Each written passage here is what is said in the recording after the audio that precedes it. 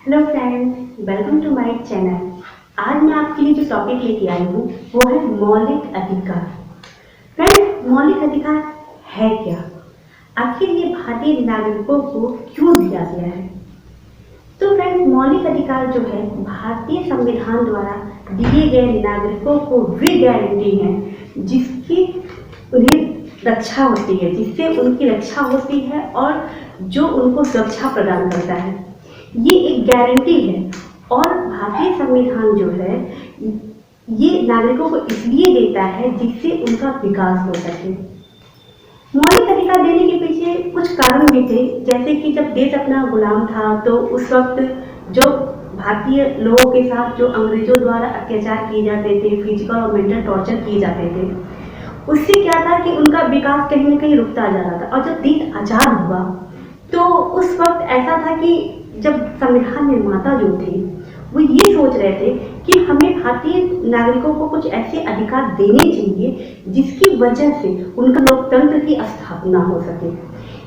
कभी भी किसी भी देश में अगर नागरिकों का विकास नहीं होगा तो लोकतंत्र की स्थापना सशक्त नहीं हो सकती है। इसी वजह से उन्हें नागरिक अधिकार दिए गए। ये जो भारतीय संविधान में मौलिक अधिकार है, ये मौलिक अधिकार भाग 3 में दिया गया है।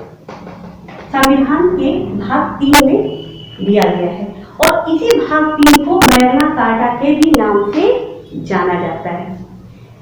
ये मौलिक अधिकार अमेरिका के संविधान से लिया गया है। कहां से लिया गया है? अमेरिका के संविधान से इसको लिया गया है। और ये जो मौलिक अधिकार है ये अनुच्छेद 12 से 35 तक इसमें विवरण दिया गया है। 12 से जब अनुच्छेद 12 से 35 तक का जो अनुच्छेद है आर्टिकल, उसमें मौलिक अधिकार को विस्तारित किया गया है, विवरण दिया गया, व्याख्या किया गया है। सर, मौलिक अधिकार शुरुआत में तो 7 दिए गए थे नागरिकों को, लेकिन धीरे धीरे जैसे समय गुजरा एक जो अनुच्छेद 31 के अंतर्गत जो अधिकार था जिसको संपत्ति का अधिकार कहते हैं, राइट टू प्रॉपर्टी, संपत्ति का अधिकार, राइट टू प्रॉपर्टी। फ्रेंड्स, अनुच्छेद 31 के तहत इसकी व्याख्या थी और इसको बाद में जाके इसको यहाँ से मौलिक अधिकार की श्रेणी से इसको निकाल करके भाग 12, संविधान के भाग 12 में अनुच्छेद 300, अनुच्छेद जो है 300E के तहत कानूनी रूप से इसको सुरक्षित रखा गया। फ्रेंड, जो संपत्ति का अधिकार है इसका कुछ जो पार्ट था वो 19A के F में भी था। वहां से भी इसको निकाल करके इसी भाग के मतलब भाग 12 के अनुच्छेद 301 के तहत इसको भी रखा गया। संपत्ति का अधिकार हटाया तब गया। अक्सर एग्जाम्स में सवाल पूछे जाते हैं। फ्रेंड, ध्यान दीजिएगा, संपत्ति का जो अधिकार था राइट टू प्रॉपर्टी वो 44वें संविधान संशोधन के तहत हटाया गया था। 44वें संविधान संशोधन के तहत इनको हटाया गया था और ये 1978 में हुआ था।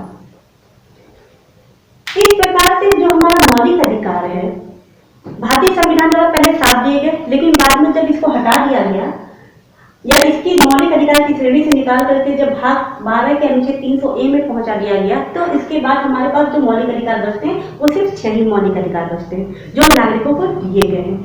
फ्रेंड्स, मौलिक अधिकार आपका अपना हक है, ये हमारा हक है, ये हमसे कोई भी नहीं छीन सकता है।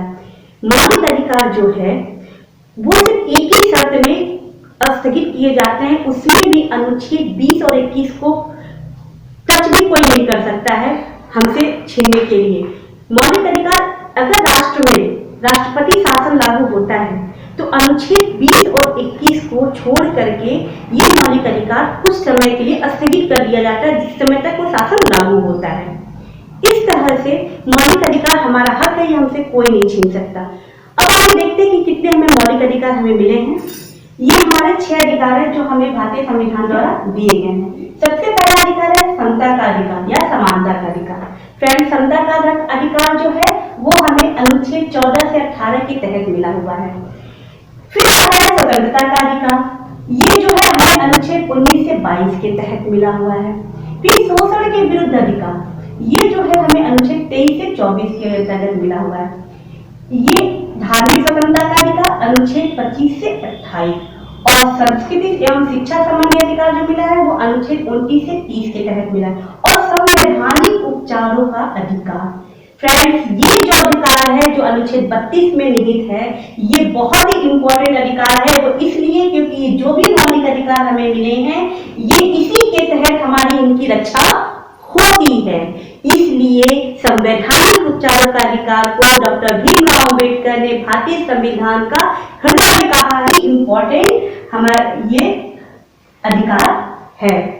आगे हम पढ़ते हैं जो पहला अधिकार है समानता का अधिकार, समता का अधिकार। इस पे आज हम इसी पे फोकस करेंगे, इसी के बारे में स्टडी करेंगे। ये अनुच्छेद 14 से 18 तक है। अब अनुच्छेद 14 से 18 तक फ्रेंड्स हमें कौन कौन से अधिकार मिले हैं इस पे डिस्कस करते हैं। आइए देखते हैं। अनुच्छेद 14 यानी कि आर्टिकल 14 अनुच्छेद 14, इसके तहत कहा गया विधि के समक्ष समानता। ये जो अधिकार है विधि के समक्ष समानता, विधि यानी कि कानून, भारतीय संविधान द्वारा जो भी कानून बनाए जाएंगे, जो भी कानून राज्य में लागू होंगे वो सभी नागरिकों पे एक समान लागू होंगे, उसमें कोई भी भेदभाव नहीं किया जाएगा। फ्रेंड्स ये बात बहुत इंपॉर्टेंट है, ध्यान रखिएगा। इसमें दो तीन चीजें कही गई हैं। सबसे पहली बात तो ये कही गई विशिष्ट विशेषाधिकार नहीं। इट मीन्स इसका मतलब ये है विशिष्ट विशेषाधिकार नहीं, किसी भी व्यक्ति को कोई भी विशेष अधिकार नहीं दिया जाएगा कि किसी के पक्ष में वो ऐसा निर्णय दे जो किसी से भी भेदभाव हो। इसलिए कोई भी ऐसा अधिकार नहीं दिया जाएगा। एक बात और, विधि की जो समक्ष समानता है वो सिर्फ भारतीय नागरिकों पे नहीं, वो विदेशियों पे भी लागू होता है। और वो विदेशी जो हमारे देश में आके रह रहे हैं, जो लाभ के पद पे काम कर रहे हैं या जिस किसी कंपनी के थ्रू जो आके यहाँ काम करते हैं विदेशी, तो उनके ऊपर ये लागू होता है। फ्रेंड अनुच्छेद 14 में क्या कहा गया? विधि के समक्ष समानता। अब अनुच्छेद 15, आइए देखते हैं अनुच्छेद 15 हमारा क्या कहता है, हमें कौन से अधिकार देता है। अनुच्छेद जो 15 है वो देता है हमें धर्म, मूल, वंश, जाति, लिंग, स्थान। इसका अर्थ ये है कि हमें धर्म के नाम पे, मूल के नाम पे, वंश के नाम पे, जाति के नाम पे, लिंग के नाम पे, स्थान के नाम पे हमारे साथ कोई भी भेदभाव नहीं किया जाएगा। भारतीय संविधान ने स्पष्ट रूप में कहा है कोई भी सार्वजनिक स्थान जैसे कि भोजनालय है, मंदिर है, होटल है, बहुत ऐसे सार्वजनिक स्थल है, सभागार है, वहां पे कोई भी भेदभाव इस स्तर पे नहीं किया जाएगा। दूसरा है राज्य द्वारा पोषित, यानी कि जिस कार्यों में राज्य द्वारा जो खर्च किए जाते हैं, राज्य द्वारा पोषित, जैसे कि कुएं, तालाब, घाट, स्नानाघाट, इस तरह का जो भी राज्य द्वारा बनाया जाता है उसको उपयोग करने के लिए सभी को एक समान अधिकार दिए जाएंगे, उसको कोई भी उसमें भेदभाव नहीं किया जाएगा। फ्रेंड्स अनुच्छेद 15 हमें यही बताता है। अनुच्छेद 16, आइए देखते हैं अनुच्छेद 16 हमें कौन से अधिकार देता है। अनुच्छेद 16 में हमें लोक नियोजन के मामले में अवसर की समानता, जो कि हर बच्चे को इंतजार रहता है पढ़ने लिखने के बाद। लोक नियोजन में कहा गया है कि भारतीय सरकार द्वारा, राज्य द्वारा जो भी अवसर हमें प्रदान किए जाएंगे या जो भी वैकेंसी आती है उसमें हमें उस वैकेंसीज को फिल करने के लिए जो योग्यताएं होंगी वो सभी भारतीय नागरिकों को एक बराबर दी जाएगी, उसमें कोई भी भेदभाव नहीं किया जाएगा। सभी को एक समान पद, जो भी पद आएंगे उस पर सभी को एक समान अधिकार दिए जाएंगे। किंतु इसमें कुछ अपवाद भी है, जैसे कि SC, ST, OBC, इनको आरक्षण मिलता है। फ्रेंड इनको आरक्षण जो इसमें दिया गया है वो इसके तहत दिया गया कि भारतीय संविधान जब लागू हुआ था तो उस समय इनकी परिस्थिति इतनी अच्छी नहीं थी कि समान रूप से आ सके, और चूंकि पूरे भारत को के जनता को, पूरे भारत की संस्कृति को एक समान रूप में लाना था, इसलिए भारतीय संविधान द्वारा इनको आरक्षण दिया जिससे कि इनको आरक्षण दिया जिससे कि इनका विकास हो सके और ये इन लोगों के समान आ सके। ये अपवाद है। अनुच्छेद 16, आइए हम देखते हैं अनुच्छेद 16 हमें क्या कहता है। सॉरी, अनुच्छेद 17। अनुच्छेद 16 तो मैंने बता ही दिया है। अनुच्छेद 17 यानी कि आर्टिकल 17। आर्टिकल 17 में ये कहा गया है हमें कि अस्पृश्यता का अंत। इसका अर्थ ये है कि अस्पृश्यता का जो अंत किया गया है यानी कि छुआछूत का अंत, इसके अंतर्गत छुआछूत के विषय में दिया गया है। इसमें क्या कहा गया है कि कोई भी पूजा स्थल, सार्वजनिक मनोरंजन, अस्पताल, शैक्षणिक संस्थान, जो भी चीजें होंगी वहां पे उनको जो है उनको छुआछूत के नाम पे कोई भी भेदभाव नहीं किया जाएगा। उनको भी समान नागरिकों के प्रत्येक नागरिकों को समान रूप से अवसर दिए जाएंगे। ये हमारा अस्पृश्यता का अंत कहता है। लेकिन अगर इस आर्टिकल 7 का अगर कोई उल्लंघन करता है तो भारतीय संविधान द्वारा जन अधिनियम सुरक्षा अधिनियम, जन अधिकार सुरक्षा अधिनियम जो कि है बनाया गया था, उसमें दिया गया है 6 मास का कारावास और 500 रुपया जुर्माना ऐसे लोगों पे लगाया जाएगा जो आर्टिकल 17 का उल्लंघन करते हैं। लेकिन फ्रेंड्स, इसके बावजूद भी अगर वो उस आर्टिकल को उल्लंघन करने के दौरान अगर वो दंडनीय पाए जाते हैं, वाकई वो मान लिए जाते हैं कि इन्होंने वाकई उल्लंघन किया है, ये तय हो जाता है, तो वो व्यक्ति कभी भी संसद या विधानमंडल के चुनाव में अयोग्य घोषित कर दिया जाएगा। इसका तात्पर्य है कि वो कभी भी इलेक्शन नहीं लड़ पाएगा।